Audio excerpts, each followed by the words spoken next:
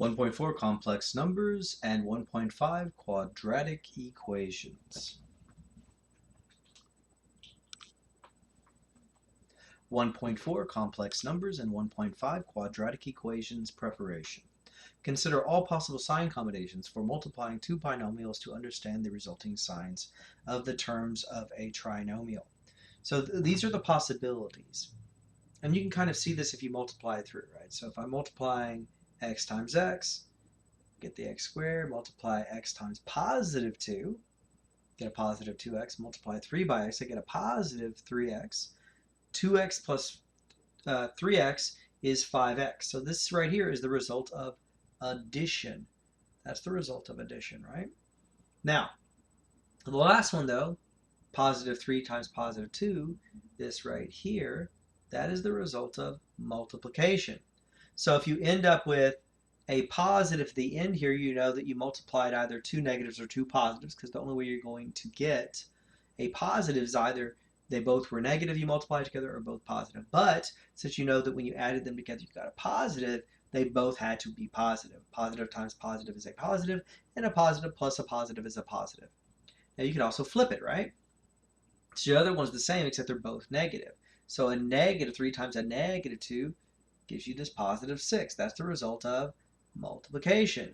But since you added them together and got a negative, they both had to be negative, which is correct. Yeah, they're both negative, right? And now both signs negative. So you can have a positive and a negative, or a negative and a positive, and when you multiply those together, you're going to get a negative. Again, the last term here is the result of multiplication. Now, if when you added them together, you got a positive, that means your stronger number had to be positive, right? 3 is stronger than 2. So a positive 3 is stronger than a negative 2, and when you add them together, you end up with a positive 1 in this case. Or if you end up with a negative in the middle, as in this second case over here, then we know that must have meant that the negative was stronger than the positive, because when you added them together, you ended up with a negative, so the negative must have been stronger. Okay. And we'll dive in and give lots of examples of those, so hopefully it'll make more sense after a few examples. So guidelines for factoring: x squared plus bx plus c.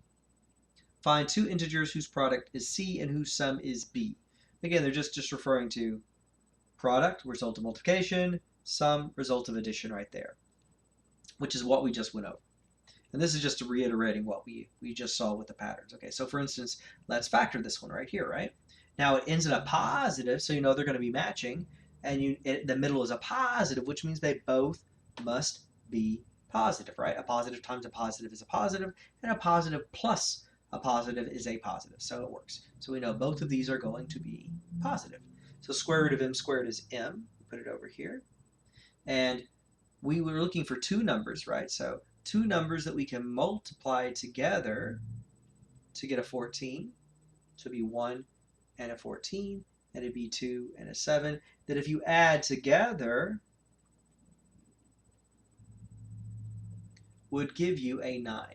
So 1 times 14 is 14, 1 plus 14 is 15. Nah, that didn't work. Well, how about the next one?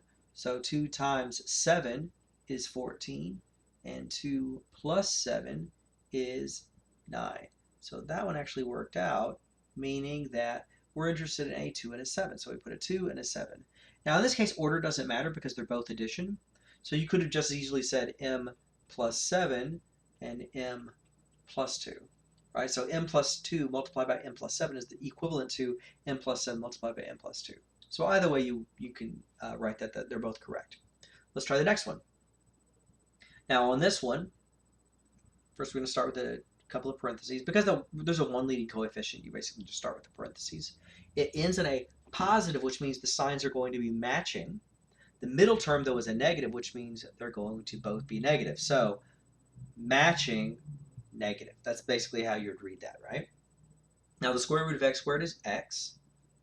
And we're looking for two numbers that you can multiply together to get a 12. So it'd be 1 and 12, and 2 and 6, and 3 and 4, right? And every one of these would give you a 12.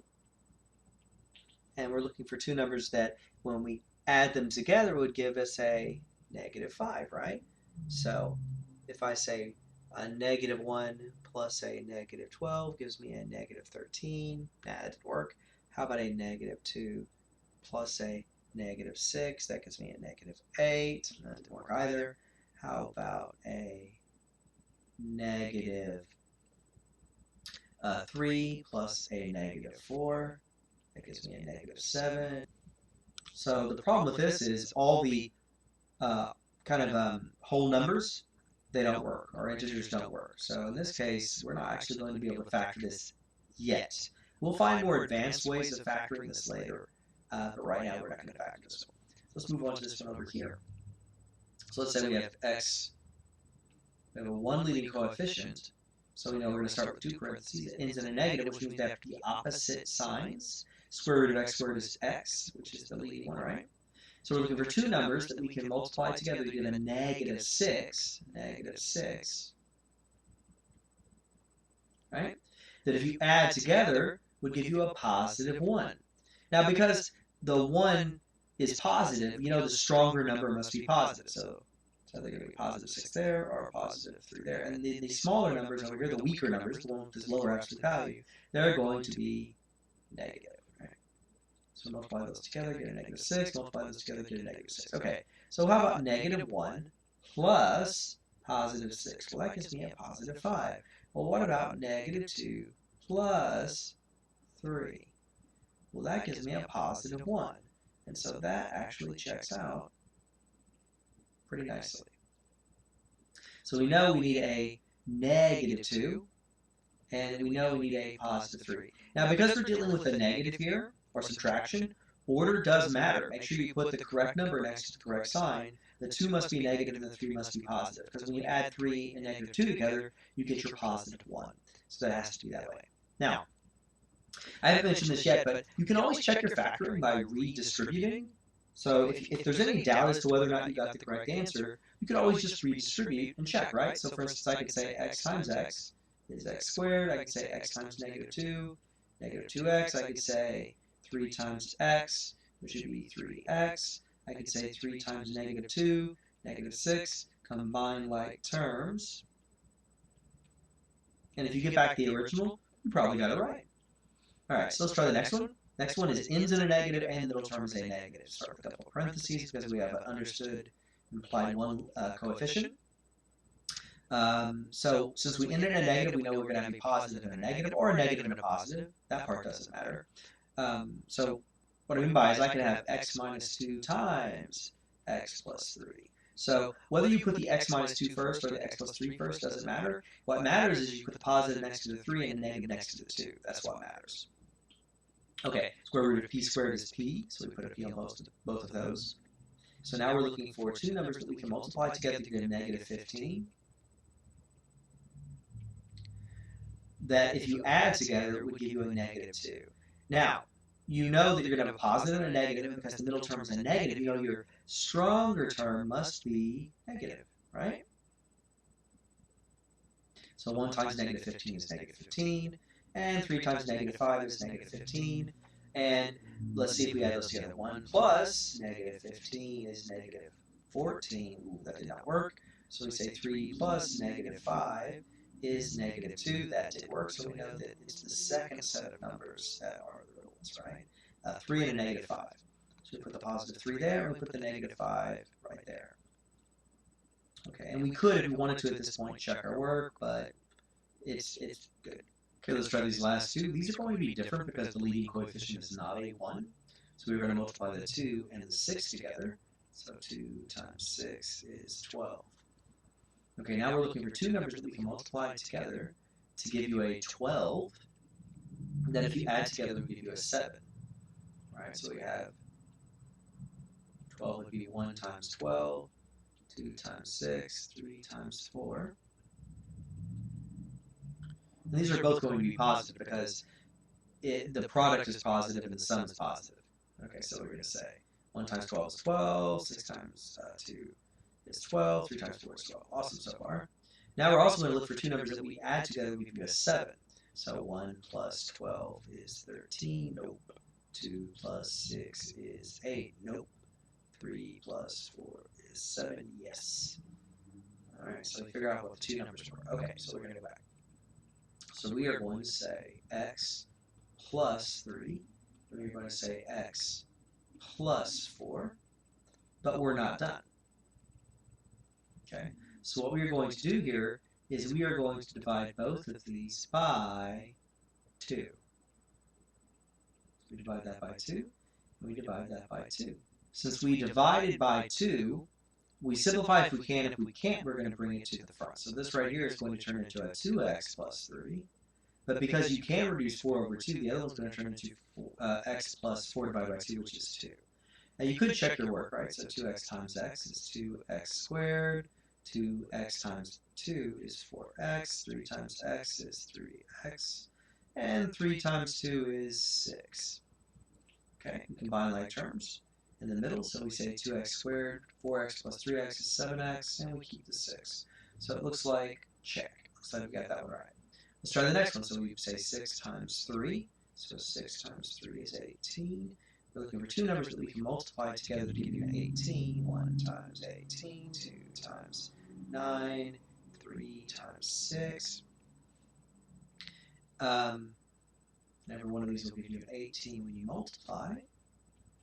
That if you add together will give you a negative 11. Now, because we ended a positive, in the middle terms a negative 11, they're going to have opposite. They're going to have the same side because we ended a positive, but they're both going to be negative.